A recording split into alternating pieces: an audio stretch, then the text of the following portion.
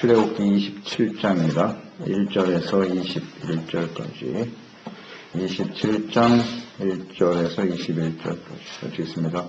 너는 조각목으로 길이가 5규빗, 너비가 5규빗의 제단을 만들되 네모 반듯하게 하며 높이는 3규빗으로 하고 그 네모 등 위에 뿔을 만들되 그 뿔이 그것에 이어지게 하고 그 제단을 노스로 싸고 재를 담은 통과 부삭과 대야와 고기 갈고리와 불옮기는 그릇을 만들되 제단의 그릇을 다 노스로 만들지며 제단을 위해 노스로 그물을 만들고 그 네모 등에 옆구리 넷을 만들고 그물은 제단 주위에 가장자리 아래 곧 제단 절반에 오르게 할지며 또 그 제단을 위하여 채를 만들되 조각목으로 만들고 노스로 살찌며 제단 양쪽 고리에 그 채를 꿰어 제단을 매게 할지며 제단 널판으로 송이 뒤에 만들되 산에서 내게 보인 대로 그들이 만들게 하니 너는 성막의 뜰을 만들 즈니 남쪽을 향하여 뜰 남쪽에 너비가 100규빗의 세마포 시장을 쳐서 그 한쪽을 향하게 할지니 그 기둥이 수몰이며 그 받침 수몰은 노스로 하고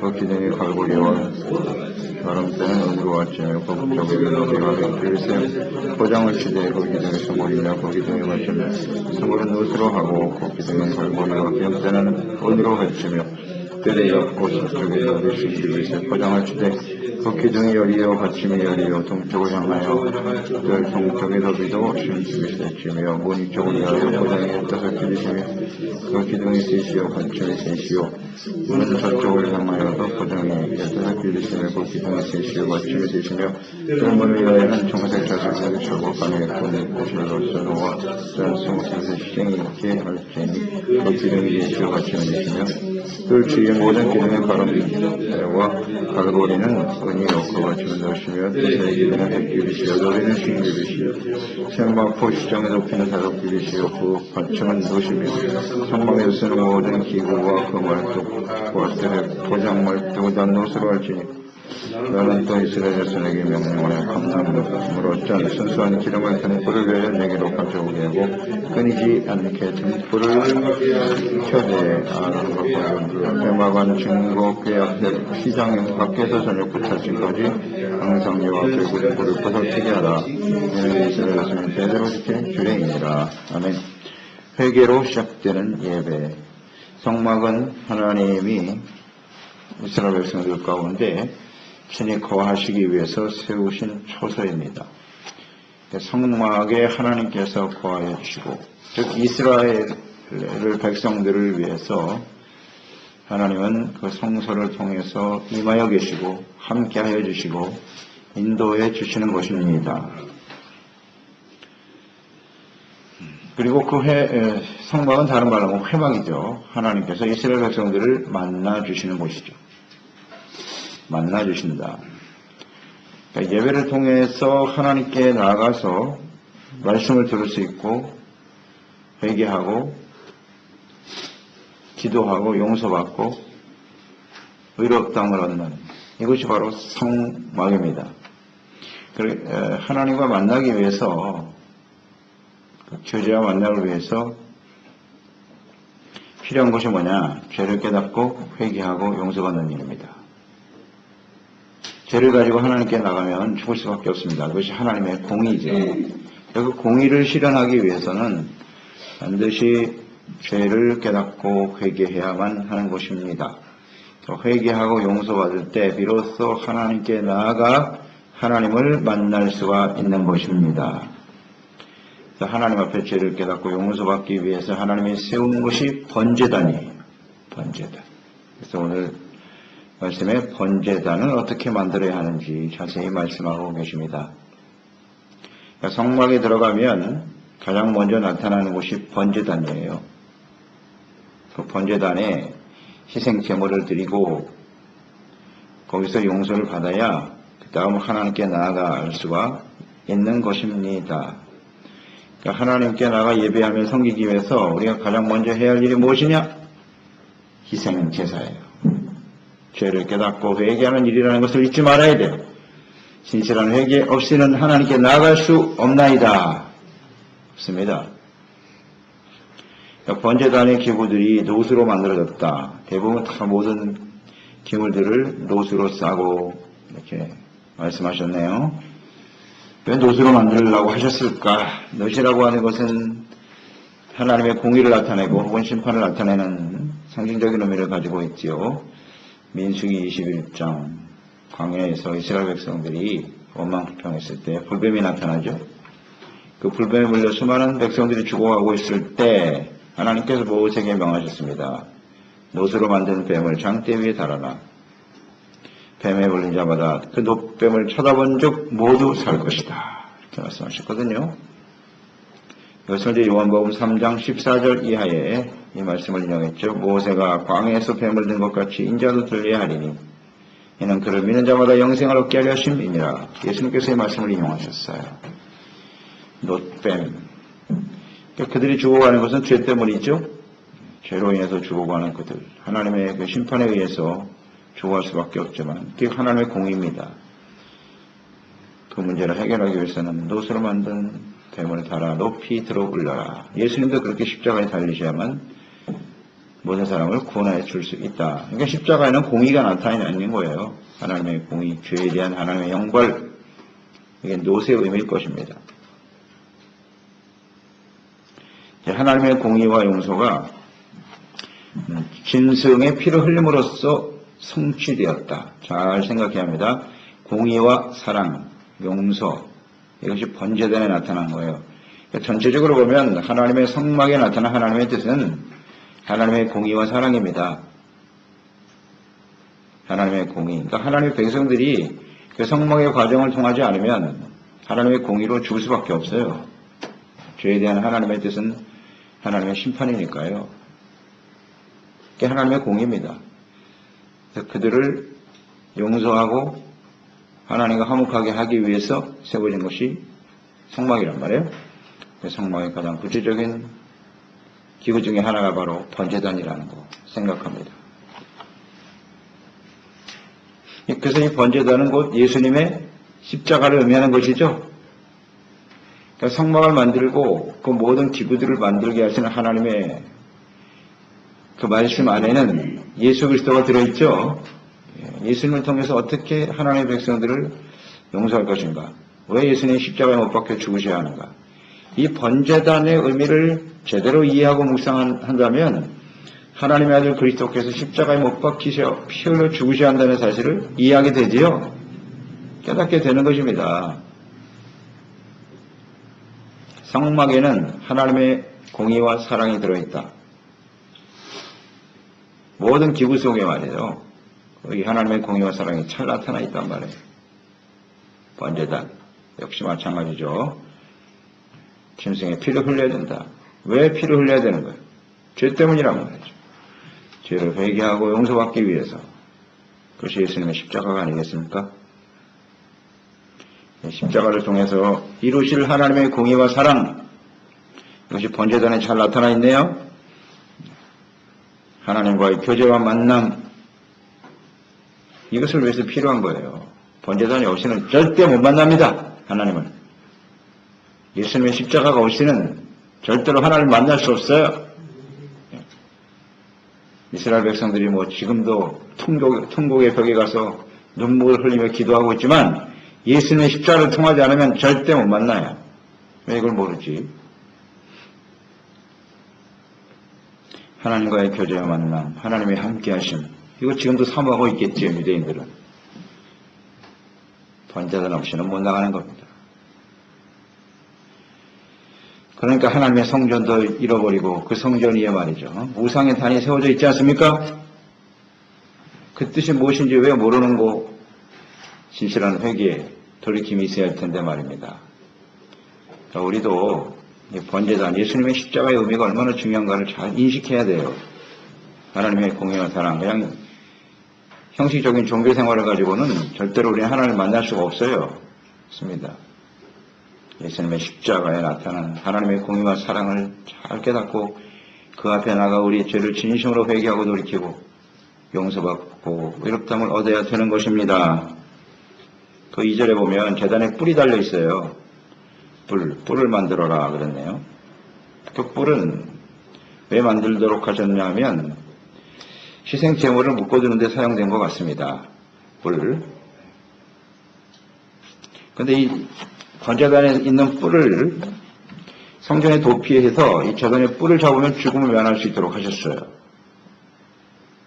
열왕기상 1장 50절에 보면 아도니아가 나오죠. 다윗의 아들 아도니아가 하나님께서 솔로몬을 왕으로 지명하셨는데 스스로 왕이 되려고 했죠. 그러다가 하나님께서 솔로몬을 왕으로 세우셨어요. 두려워했죠.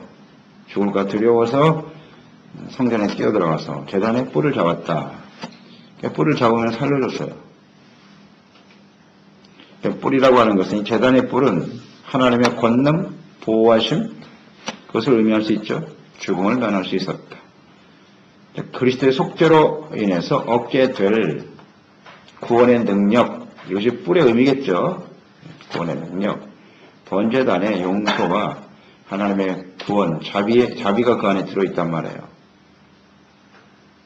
그래서 세례 요한의 아버지였던 사가랴죠. 사가랴가 하나님의 은혜를 받고 찬양하면서 누가복음 1장 69절 우리를 위하여 구원의 뿔을 그 종 다윗의 집에 일으키셨다. 이런 고백을 하거든요.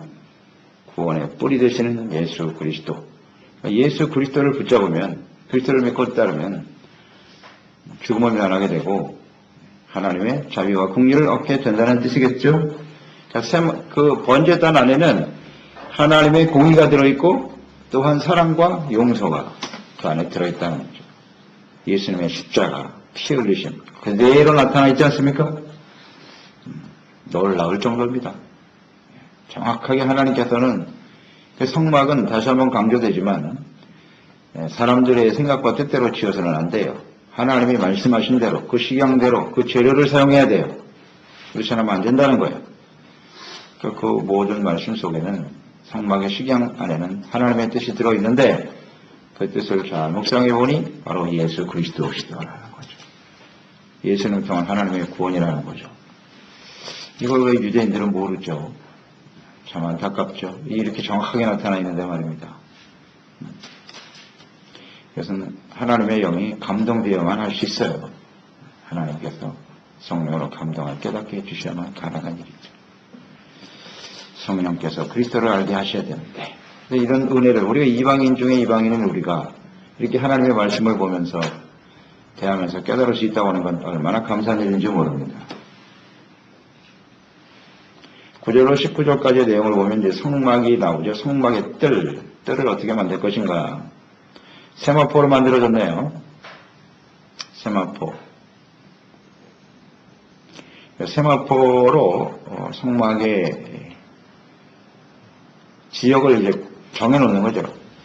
세마포로 넓게 써서 여기서부터 하나님의 성전이다.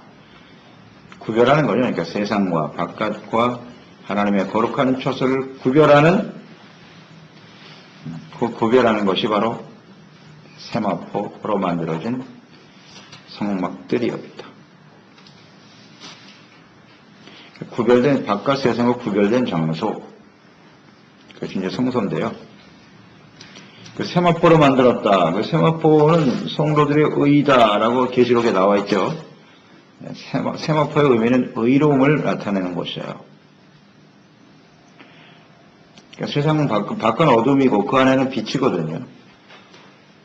세상은 죄악으로 가득하고 그 죄를 가지고 의롭다함을 얻기 위해서 하나님의 성전에 들어가는 거예요. 그러니까 성막은 죄악 가운데 살아가는 사람들에게 의롭다함을 얻게 하기 위해서 존재하는 것이다. 그렇게 보여지죠. 세마포의 의미가 바로 의니까요. 즉 하나님께 나아갈 수 있어서 하나님과 교제하고 만난다라고 하는 데 있어서 만남에 있어서 가장 중요한 것이 의예요. 의에 대한 분명한 인식이 있어야 돼요. 그러니까 이 성막에 들어가기 위해서 그 회막 안으로 들어가야 된단 말이에요. 거기 이제 문이 있는데 그 문으로 들어가서 이제 번제단을 만나게 되는 거죠. 그러니까 성막에 들어가는 이유가 뭐냐? 의롭다움을 얻기 위해서. 그렇죠? 의롭다움을 얻기 위해서 들어가는 거예요. 그러니까 죄를 회개하고 돌이켜야 되죠. 그러니까 여기서 말하는 의, 성막에 나타나는 의의 개념은 뭐냐? 이것은 바로 은혜로 주어지는 의임을 알 수 있죠. 원래는 의롭지 못해요. 우리가 다 죄 가운데 사는데 그 의롭다움을 얻기 위해서 성막 안에 들어가서 회개하고 피 흘리는 제사를 통해서 용서받고, 그러니까 그 의는 용서받은 의미다. 은혜로 주어지는 거예요. 그것을 잊지 말자. 그러니까 교회가 이 땅에 존재하는 의미 잘 생각해야 돼요. 죄악된 세상 속에서 의를 얻을 수 있는. 그러니까 의가 없으면 절대로 하나님께 나갈 수가 없거든요. 그래서 이 성막이 필요했던 거예요. 하나님의 백성들이 의롭다움을 얻기 위해서. 자, 그 의를 위해서는 죄를 버려야 되거든요. 그래서 율법을 주신 것이고요. 율법의 말씀이 의의 기준이니까 율법의 말씀을 통해서 죄를 깨닫고 그 죄악을 가지고 성막 안으로 들어가서 번제단에 희생의 제물을 드리고 용서받고 은혜받고 그게 바로 의롭다움을 얻었다는 것이에요.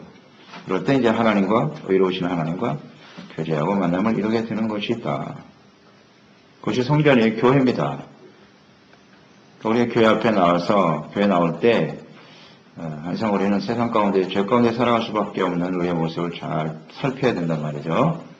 그래서 먼저 회개하고 하나님께 나아가야 돼요.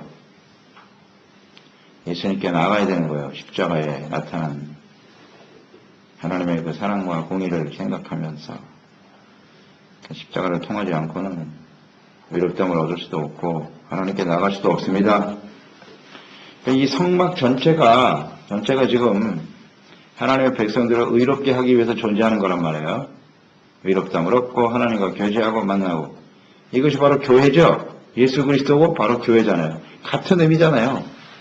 예수님은 동에서만 용서받고 의롭다움을 얻죠. 오늘날 교회가 바로 예수님의 몸이라는 것은 곧 구약의 성막의 모습과 같다는 거죠. 예수님의 몸인 교회, 성막 자체가 예수 그리스도고 그 뜻을 생각하란 말이에요. 의미를 같다고요. 구약의 성막이나 오늘날 교회는 근본적으로 본질적으로 하나님의 뜻에 따라서는 같아요. 예수님이 없는 교회는 교회가 아닙니다. 십자가 없는 교회는 교회가 아니에요. 아주 중요한 거죠. 교회는 그냥 사람들이 모여다 흩어지는 곳이 아니에요. 살아계신 하나님이 거기 계시고 하나님이 계시잖아요. 그게 성전이잖아요. 그 앞에 나가려면 어떻게 해야 되나? 예수 그리스도의 십자가의 보혈을 의지하고 죄사함 받고 의롭다움을 얻고 용서받아서 감사함으로 하나님께 나아가. 이게 바로 예배잖아요. 교회의 의미고요. 의롭다움을 얻는 의에 대한 간절함,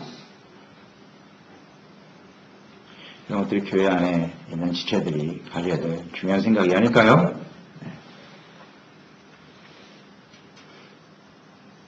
그래서 번제단의 의미는 아주 커요. 의미가 굉장히 크다. 가장 먼저 들어가서 만나는 곳이 번제단이라는 거. 교회 나갈 때 어떤 자세로 나가야 되는 거를 생각해야 합니다. 20절, 21절 성소 안에 등불이 있는데요. 그 등불을 관리하는 말씀을 주셨네요. 그 등불에 쓰여야 할 감람유에 대해서 말씀하셨네요. 감람으로 짠 순수한 기름을 등불을 위해서 가져오도록 하라. 이 성소 안에 있는 등대를 의미하는 거죠. 거기서 그 등불을 잘 밝혀야 된다 그랬는데요. 감람유, 순수한 감람유라고 그랬어요. 그 뭐 빛이잖아요. 등불은 빛을 의미하는 것이고 빛이신 그리스도를 말씀해 주시는 거죠. 빛으로 오실 그리스도. 또 그리스도를 닮아 우리는 세상의 빛으로 살아가야 한다. 빛을 바라는 것이 매우 중요하다 하는 것을 우리가 묵상합니다. 감람유, 순수한 감람유다. 이물질이 전혀 섞이지 않은 깨끗한 감람유를 가져와야 된다. 당시의 기록들을 보면요. 이 순수한 감람유, 성전에 쓰는 감람유를 얻기 위해서는 직접 손으로 만들었다고 그래요. 절구에다가 이렇게 찧어가지고 기름을 만들어내는 그런 기계가 있었는데 그걸로 쓰지 않고요. 직접 절구에 빻아서 그 기름을 걸러서 썼다는 거예요. 절구에 빻아야 된다. 이것도 뭐 의미가 있을 것 같아요. 우리 하나님 앞에 온전히 깨어지고 겸손해져야 순수한 모습으로 하나님께 서게 되겠죠. 뭐 그런 의미도 있을 것 같고요. 그래서 이런 감람류는 아주 깨끗하다는 거예요. 색이 없대요. 무색이고, 그리고 연기가 안 난다는 거예요. 연기가. 이물질이 없으니까. 연기가 없어야 된다. 이것도 중요한 의미인 것 같아요. 우리 하나님 앞에 주님을 섬기는 빛으로 세상을 살아갈 때 말이죠. 이렇게 순수하고 깨끗한 마음으로 하나님께 헌신되어지는 사람이 되어야 하겠습니다. 연기가 나면 안 돼요.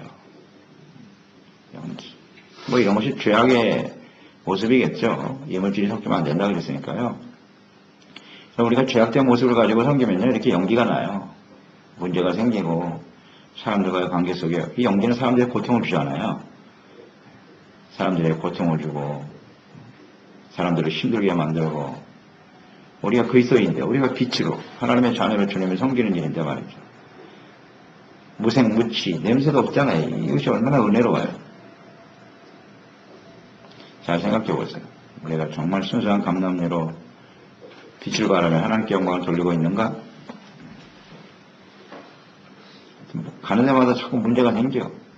고통을 주고 아픔을 주고 상처를 주고 그러면 안 되겠죠. 그리고 이 불을 관리하는 사람들이 제사장들이거든요.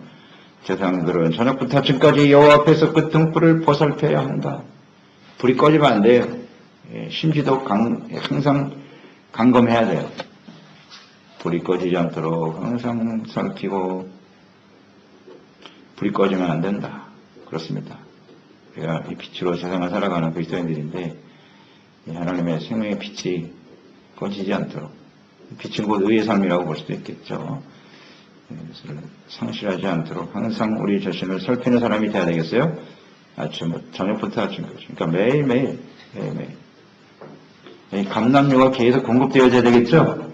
그러니까 성령의 기름 부심이 우리 가운데 늘 충만할 수 있도록 해야 되겠어요.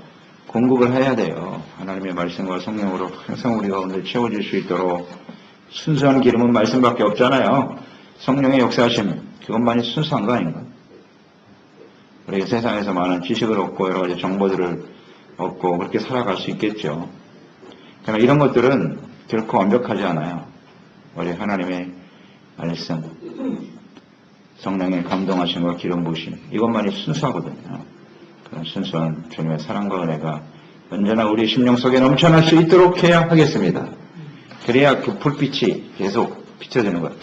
그러니까 예수님께서 기름을 준비하는 처녀가 되라. 등불을 준비해서 예수님 오실 것을 준비하라고 하셨잖아요. 마태복음 25장에 열처녀 비유 등불, 기름을 준비한다라는 말씀을 하셨는데요. 그때 그 기름은 어떤 기름이냐? 이 기름이 돼야 되는 거예요. 순수하고 깨끗한 그런 마음을 가지고 하나님의 말씀과 성령의 기름 부으심과 은혜로 충만할 수 있도록. 하여튼 순수해야 돼. 이게 중요해요. 세상과 섞여지지 않는 인간적인 욕심이나 어떤 교만 이런 것들이 전혀 섞이지 않는 깨끗한 기름을 준비해야 된다. 그래야 우리는 주님을 맞이할 수 있겠죠. 빛된 삶을 살 수 있겠죠. 그런 모습으로 주님을 섬길 때 하나님께 영광이 되고 많은 사람들이 빛을 발한다고 하는 것은 하나님 앞에서의 모습이잖아요. 그래야 제사장들이 들어와서 백성들의 죄를 용서받을 수 있도록 하는 역할이 있단 말이에요. 우리가 빛으로서 순수한 마음으로 주님을 잘 섬기고 있어야 많은 사람들이 교회 안에 들어와서 여기서 죄사함 받고 은혜 받고 하나님 앞에 영광을 돌리는 삶을 살아갈 수 있게 되는 것이에요. 이 불을 꺼뜨리면 제사장이 할 일이거든요. 이 꺼뜨리면 많은 사람들이 하나님 앞에 나와서 용서받을 수가 없어요. 꺼뜨리면 안 돼요.